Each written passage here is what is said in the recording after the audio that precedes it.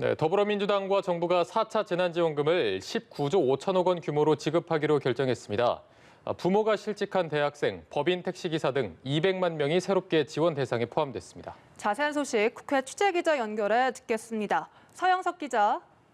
네, 더불어민주당과 정부가 조금 전 고위 당정협의회를 열고 19조 5천억 원의 4차 재난지원금 지급에 합의했습니다.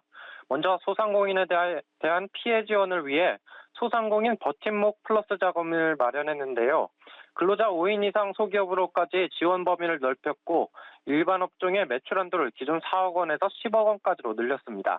아울러 피해 정도를 기준으로 지원 유형을 5개로 세분화해 차등 지급하며 기존 업종별 최대 300만 원이던 지원 단가를 큰 폭으로 올리기로 했습니다.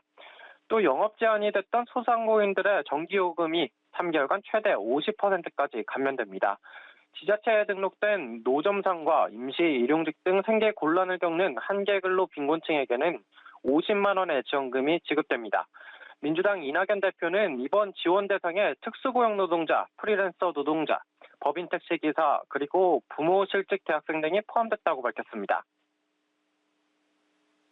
이제까지 지원 대상이 아니었던 분들 가운데 이번에 새롭게 대상에 들어오신 분들이 얼추 200만 명이 추가되시는 것 같습니다. 다만 소득 하위 40%에 대한 재난지원금 일괄 지급은 이번엔 관철되지 못했습니다. 이번 19조 5천억 원의 재난지원금 지급을 위한 재원은 기존 예산 4조 원을 제외한 15조 원 정도가 추경 편성을 통해 마련될 전망입니다.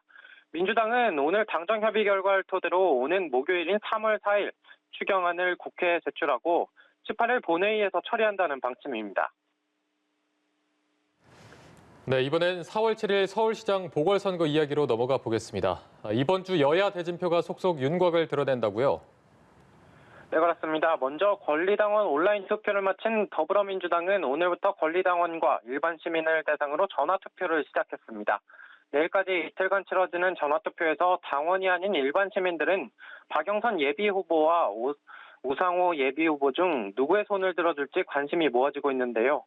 민주당은 서울 지역 권리당원 50%와 일반 선거인단 50% 비율로 의견을 반영해 내일 오후 최종 후보를 발표합니다. 박 후보는 오늘 마포구의 경의선 숲길 연트럴파크를 찾아 21분 컴팩트 도시를 강조했습니다. 우 후보는 노무현 전 대통령의 사위 곽상원 변호사와 함께한 유튜브 방송에 출연해 민주당 적자임을 내세웠습니다. 민주당은 내일 후보 확정 직후 열린민주당 김진애 예비후보, 시대전환 조정훈 예비후보와 단일화에 나서는데요. 다만 열린민주당 김 후보는 시대전환 조 후보가 민주당 위성정당 출신이라는 이유로 단일화 대상이 될 수 없다고 주장하고 있습니다. 네, 여권 상황을 살펴봤고 야권 주자들의 움직임도 설명해 이어주시죠. 네, 국민의힘 서울시장 후보들은 오늘 당 지도부와 한자리에 모여 간담회를 가졌습니다.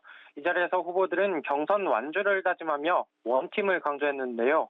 그동안 서로를 도망간 장수, 강경보수라 칭하며 설전을 이어온 양강, 나경원 예비후보와 오세훈 예비후보는 내일 마지막 단체 토론에서도 양보 없는 공방을 벌일 것으로 전망됩니다. 국민의힘은 내일 토론회를 마친 뒤 이틀간의 100% 시민 여론조사를 거쳐 오는 목요일 최종 후보를 선출합니다. 국민의당 안철수 대표와 무소속 금태섭 전 의원의 이른바 제3지대 단일화 결과도 내일 나옵니다. 국민의힘과 3지대 후보가 각각 확정되면 양측은 본격적인 최종 단일 후보직을 놓고 줄다리기에 들어가게 됩니다. 국민의힘 김종인 비상대책위원장은 오늘 연합뉴스TV와 통화해서 국민의힘의 승리를 자신하면서 야권 단일화 완료 시점은 3월 중순이 될 것으로 보고 있다고 말했습니다. 지금까지 국회에서 전해드렸습니다.